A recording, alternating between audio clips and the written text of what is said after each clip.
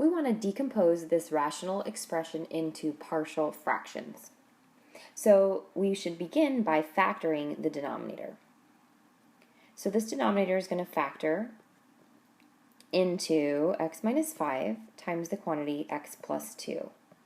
So because we have two linear factors, we know that we're going to end up with two partial fractions. One will have a denominator of x minus 5, and the other will have a denominator of x plus 2. So we're looking for the two fractions that we can add together that will give us 10x minus 22 divided by x squared minus 3x minus 10. So the numerator is some unknown constant. So I'll just call my first numerator A and my second numerator B. And I know that both of these numerators have to be constants because if they weren't, for example, if they had an x term here, then when I added these fractions together, I would end up with an x squared term in the numerator. And you can see in this numerator, I don't have an x squared term. So that's how I know that my numerators must be constants. All right, so initially, I'm just going to begin as if I'm adding these two fractions together on the right-hand side. So I know to add, I need to get a common denominator. So I'd have to multiply A by the quantity x plus 2. And I'd have to multiply B by the quantity x minus 5 in order to add these fractions. And then, of course, I would have a common denominator of x minus 5 times x plus 2. So let's go ahead and distribute. Ax plus 2a plus bx minus 5b, all divided by x minus 5 times x plus 2.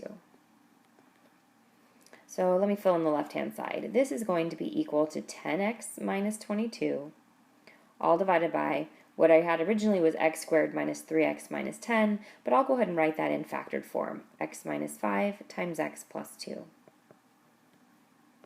So think of this like a massive equation that we're solving, and we can see that if you were to want to eliminate the fractions, we could do so by multiplying both sides of this equation by the denominator.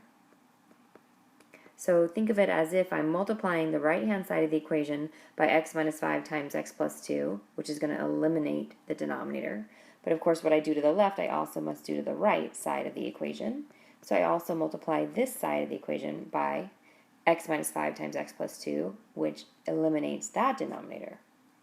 So essentially, we're really just left with the numerators. We have 10x minus 22, that's going to be equal to my numerator here on the right-hand side. And I'm going to save myself a little time and begin to reorder this numerator. So notice on the left side, we start with the term 10x. So let's reorder the right-hand side, and let's get all the terms that have an x together. So we have an ax term, and we have a bx term. So let's put those two first, ax plus bx. And then my next term is the constant of negative 22. So let's identify the constants on the right-hand side, and let's write those next. So the constants would be 2 times a and a negative 5b. So plus 2 times a minus 5b if I'm reordering this. All right, going one step further, we notice that the first two terms here have an x in common, so let's factor out x, and we're left with a plus b. And then these last two terms are just my constant values. So we want to identify the quantities on the left and the right that must be equivalent. So I'll do my best to color code here for you. So looking at the left-hand side, we have a coefficient of x. 10 is the coefficient of x. So that must equal the coefficient of x on the right-hand side. Well, the coefficient of x here is this number that is multiplied by x. So a plus b is what's getting multiplied by x. Therefore, 10 must be equal to a plus b. So that equation will give us 10 is equal to a plus b. Likewise, on the left, we have a constant of negative 22, and it must equal the constant on the right-hand side. Well, remember, we're solving for a and b. A and b are constants. Therefore, the constant on the right-hand side is this entire quantity, 2a minus 5b. That's going to be equal to negative 22. So negative 22 is equal to 2a minus 5b. And now what I have here is a system of equations. And you might have been wondering why we are even looking at this process called partial fraction decomposition in this particular chapter. Well, it's because we just finished solving systems of equations. So this is one application of systems of equations. So now we have a two-variable system of equations to solve. So now we need to review how to solve a two-variable system of equations.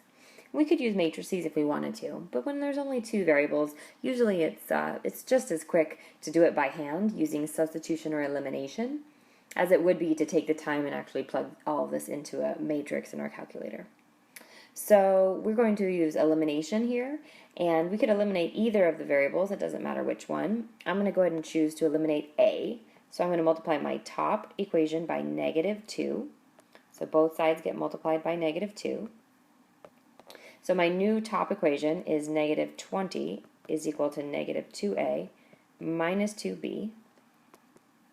And now we'll work through elimination, which just means that we're going to be adding these two equations together.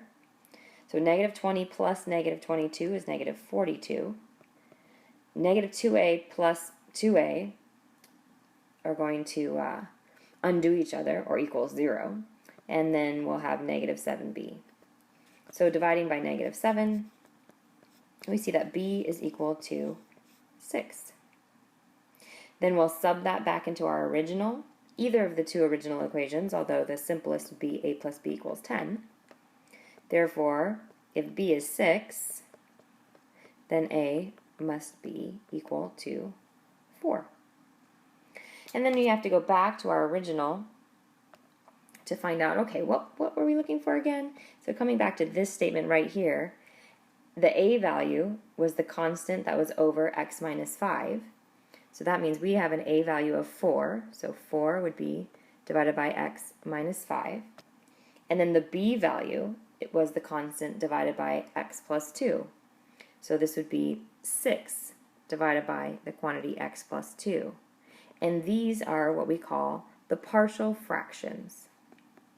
These are the two fractions that if we were to add them together, we would end up with what we had started with over here. We would end up with 10x minus 22 divided by x squared minus 3x minus 10.